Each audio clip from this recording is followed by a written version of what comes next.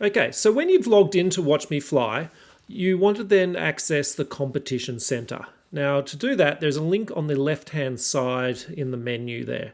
If you don't have that link, then you'll need to contact the organisers of your event to grant you access to the competition center, or let the WatchMeFly administrators know and we'll be able to get you set up. So anyway, let's jump into the competition center. And when you first come in, you'll be presented with a list of events. So these are all the events that you have been granted access to. So here we can see that we've got a WatchMeFly demo event of 2022. This is the one that we're going to be using for these lessons for the training course. So I'm going to jump into that event. And when we come in here, we're first presented with the dashboard for the event. And this is really just gives you a bit of an overview of what's going on. So you can see which event it is. We have some links to the settings that we're going to be looking at later on. And then we're going to have the list of all the flights that have been set up for this event. On the right-hand side, there's just some information links. One thing that's worth noting is it's worth always checking out the What's New in WatchMeFly page so that we have a change log, because there's always new things that are being added to WatchMeFly and the scoring system. So you can come in here and just see when new features have been added to the system, just so you're sort of up to date with what's going on. But if we come back here to the dashboard, I'm going to walk you through each of the key areas. I won't go into too much detail because that's going to be in some of the follow-up lessons. So firstly, if we walk across the top here, we have the event navigation. So you can see we have the dashboard, we have the link to the flights. So here we can have a list of all the flights that have been set up, and you can click through to there, and this will take you to the flight dashboard. And we're going to spend a lot of time in this during this training course, but this is where you can see all the flight has been set up. So on the left-hand side, you have all the information about that actual flight. You have all the tasks, and then all the scoring functionality is at the top. And then further down here, you can see that we have all the pilots and all their status for that particular flight. So their flight report forms, their logger tracks, any penalties, markers, launch time, and landing time. So this is really the dashboard and the hub for scoring and managing that flight. Again, we'll come back to that and do we'll be doing a lot of work in this area. Moving along the top, we have the electronic notice board. So this is where you're able to make posts and upload files to the electronic notice board. We won't really be covering this in this training course, but it's pretty straightforward to use. We then have pilot management, and there's going to be a whole lesson on managing pilots, but this is where we can add and issue or add pilots to the event. We can issue competition numbers. We can provide details about what balloons they're flying. We also manage all of their the balloon live access here. So we have the tokens. We have the showing the status of whether they've paid for the event within the Balloon Live app. All of the management is done within here, and we'll go through a whole lesson on how to add pilots and manage those. We then have the officials tab, and this is where officials are set up to provide them access to the different tools within the competition center. So here we can see we have 3 people that have been provided access to the competition center. And if we come in here and look at myself, we're able to see not only what my role is in the event, but also all of the different functions within WatchMeFly and what I can access, whether it's I can not access them at all, if I can just view those particular functions, or whether I've got full access to edit, modify, create, and the rest of it. All right, moving along the top, we have the target team. So for people using the target team tool out in the field to record any of the market drops and the measurements, this is where the management of those people and their login access is set up. And then we have the maps section, and there's a number of different things in here. Again, we're going to go through most of these in a bit more detail and do some exercises using them. But we have the PZ management, so this is where we can manage the blue PZ, the red PZs, and the yellow PZs. We have a whole system here to set them up, upload files, as well as be able to do things such as view the PZ maps to make sure that everything is set up correctly. We also have goal management. So when you want to upload a list of approved goals, so here you can see that we have a whole lot of goals with their 3-digit numbers. We can upload them into the system so we can use them for scoring and for measurement within the scoring system. We have point of interest management. So this is where we can manage the map that is on the public website that shows the location of various places.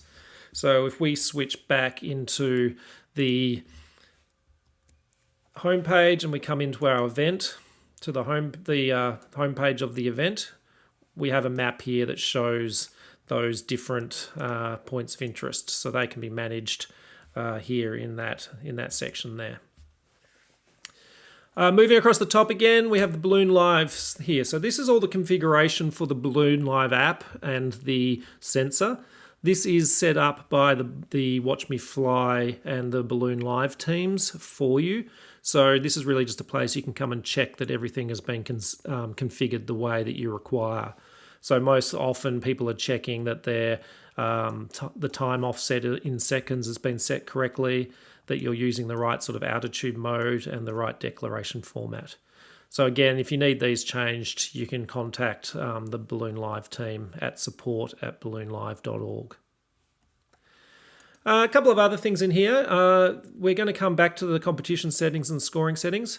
There is an audit log, and this is really a place just so that you can see any of the actions that people have set up. So if something happens during the event and you want to know who or what was changed and when, you're able to do that. So you can see here everything from modifications to tasks to electronic notice board postings. It's all been tracked in an audit log here.